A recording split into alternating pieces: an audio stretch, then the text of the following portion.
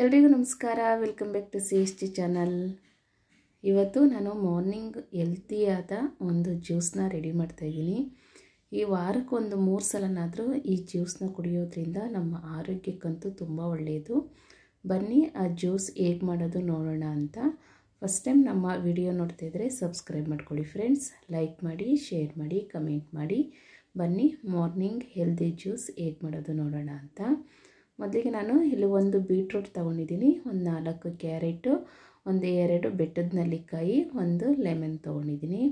ಇಷ್ಟು ಪದಾರ್ಥ ಬೇಕು ಜ್ಯೂಸ್ ಮಾಡ್ಕೊಳ್ಳೋದಕ್ಕೆ. ಇದು ABC ಜ್ಯೂಸ್ ಅಂತಲೂ ಸಹ ಕರಿಬೋದು. ABC ಅಂದರೆ ಆ್ಯಪಲ್, ಬೀಟ್ರೂಟ್, ಕ್ಯಾರೆಟ್ ಅಂತಲೂ ಸಹ ಹೇಳ್ತಾರೆ. ನಾನಿಲ್ಲಿ ಆಮ್ಲ ತೊಗೊಂಡಿರೋದ್ರಿಂದ ABC ಜ್ಯೂಸ್ ಅಂತ ಹೇಳ್ತಾ ಇದ್ದೀನಿ.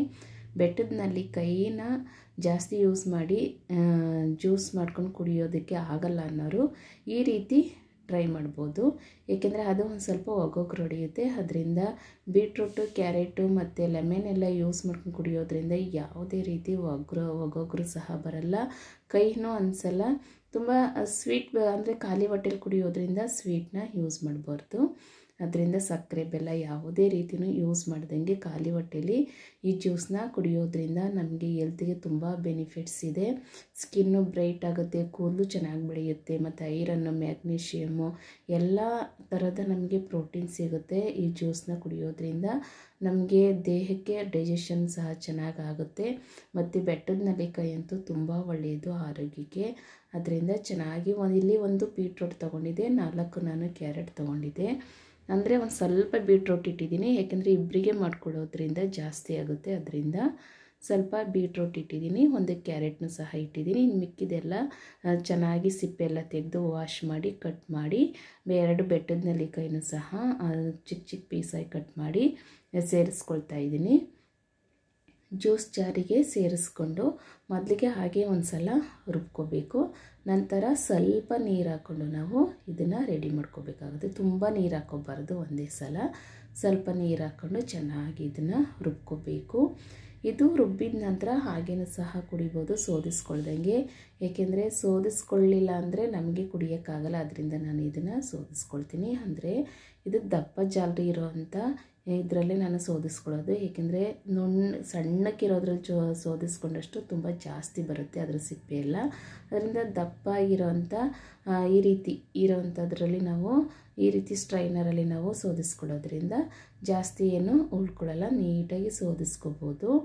ಈಗ ಎಲ್ಲ ಸೋದಿಸ್ಕೊಂಡು ಚೆನ್ನಾಗಿ ಒಂದು ಸ್ಪೂನ್ನ ಸಹಾಯದಿಂದ ಪ್ರೆಸ್ ಮಾಡ್ಕೋಬೇಕು. ಈ ರೀತಿ ಎಲ್ಲ ಅದರಲ್ಲಿರೋವಂಥ ನೀರಿನ ಅಂಶ ಎಲ್ಲ ಚೆನ್ನಾಗಿ ತೆಗಿಬೇಕು. ತೆಗೆದು ಇದನ್ನು ಯಾವುದೇ ಕಾರಣಕ್ಕೂ ವೇಸ್ಟ್ ಮಾಡಬಾರ್ದು. ಇದನ್ನು ಪರೋಟಕ್ಕೂ ಸಹ ಯೂಸ್ ಮಾಡ್ಕೋಬೋದು. ಏಕೆಂದರೆ ಬೆಟ್ಟದ ನೆಲ್ಲಿಕಾಯಿ ಹಾಕೋದ್ರಿಂದ ಏನು ಪರೋಟದಲ್ಲಿ ಆ ರೀತಿ ಸ್ಮೆಲ್ಲೇನು ಬರಲ್ಲ. ಇಲ್ಲ ಅಂದರೆ ನಾವು ಸ್ನಾನ ಮಾಡಬೇಕಾದಾಗ ಇದಕ್ಕೆ ಸ್ವಲ್ಪ ಕಡಲೆ ಹಿಟ್ಟನ್ನು ಮಿಕ್ಸ್ ಮಾಡಿಕೊಂಡು ಇದನ್ನು ಕೈಕಾಲಿಗೆಲ್ಲ ತಿಕ್ಕೊಳ್ಳೋದ್ರಿಂದ ಸ್ಕಿನ್ನು ಬ್ರೈಟ್ ಆಗುತ್ತೆ ಮತ್ತು ಸಾಫ್ಟ್ ಆಗುತ್ತೆ ಮುಖ ಎಲ್ಲ. ಅದರಿಂದ ಅದನ್ನು ಸಹ ಎಸಿಬೇಡಿ, ಈ ಥರ ಸೋದಿಸ್ಕೊಂಡು ಅದನ್ನು ಸಹ ಯೂಸ್ ಮಾಡ್ಕೋಬೇಕು. ಈಗ ನಾನು ಒಂದು ನಿಂಬೆಹಣ್ಣನ್ನು ಇದಕ್ಕೆ ಹಿಂಡ್ಕೊಳ್ತಾ ಇದ್ದೀನಿ.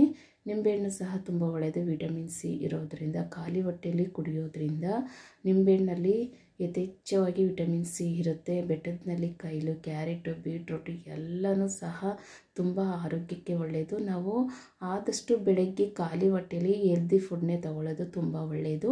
ಆಮೇಲೆ ಯಾವುದಾದ್ರೂ ಸರಿ ನಾವು ಫುಡ್ಡು ತೊಗೋಬೋದು, ಆದರೆ ಖಾಲಿ ಹೊಟ್ಟೆಯಲ್ಲಿ ಮಾತ್ರ ನಮ್ಮ ದೇಹಕ್ಕೆ ಒಳ್ಳೆ ಪ್ರೋಟೀನ್ ರಿಚ್ ಇರೋವಂಥ ಫುಡ್ಡನ್ನೇ ತೊಗೋಬೇಕು. ಇದನ್ನು ನಾನು ಇವತ್ತು ಮಾರ್ನಿಂಗು ಹೆಲ್ದಿಯಾಗಿ ಜ್ಯೂಸನ್ನ ಖಾಲಿ ಹೊಟ್ಟೆಯಲ್ಲಿ ತೊಗೊಳ್ತಾ ಇದ್ದೀನಿ. ನಿಂಬೆಹಣ್ಣ ಸೇರಿಸಿರೋದ್ರಿಂದ ಇದಕ್ಕೆ ಸಕ್ಕರೆ, ಬೆಲ್ಲ ಯಾವುದೇ ಕಾರಣಕ್ಕೂ ಆ್ಯಡ್ ಮಾಡ್ಕೋಬಾರ್ದು. ಏಕೆಂದರೆ ಖಾಲಿ ಹೊಟ್ಟೆಯಲ್ಲೇ ಕುಡಿಯೋದ್ರಿಂದ ಇದಕ್ಕೆ ಸ್ವೀಟ್ನ ಅವಶ್ಯಕತೆ ಇಲ್ಲ. ಈ ರೀತಿ ನಾವು ವಾರಕ್ಕೆ ಒಂದು 3 ಸಲ ಕುಡಿದ್ರೆ ನಮ್ಮ ಸ್ಕಿನ್ನು ಸಹ ಬ್ರೈಟ್ ಆಗುತ್ತೆ, ಕೂದಲು ಚೆನ್ನಾಗಿ ಬೆಳೆಯುತ್ತೆ, ಮತ್ತು ಡೈಜೆಷನ್ನು ಚೆನ್ನಾಗಾಗುತ್ತೆ. ಆರೋಗ್ಯಕ್ಕಂತೂ ತುಂಬ ಒಳ್ಳೆಯದು ಹೆಲ್ದಿ ಜ್ಯೂಸು. ಒಮ್ಮೆ ನೀವು ಟ್ರೈ ಮಾಡಿ. ಮಕ್ಕಳಿಗಾದರೆ ಸ್ಕೂಲಿಂದ ಬಂದಾಗ ಇದಕ್ಕೆ ಬೆಲ್ಲನ ಸೇರಿಸಿ ಜ್ಯೂಸ್ ಮಾಡಿಕೊಡಿ, ಅವರು ಸಹ ಇಷ್ಟಪಟ್ಟು ಕುಡಿತಾರೆ. ನಮ್ಮ ವಿಡಿಯೋ ನಿಮಗೆ ಇಷ್ಟ ಆದರೆ ಸಬ್ಸ್ಕ್ರೈಬ್ ಮಾಡಿಕೊಡಿ ಫ್ರೆಂಡ್ಸ್. ಲೈಕ್ ಮಾಡಿ, ಶೇರ್ ಮಾಡಿ, ಕಮೆಂಟ್ ಮಾಡಿ. Thank you for watching.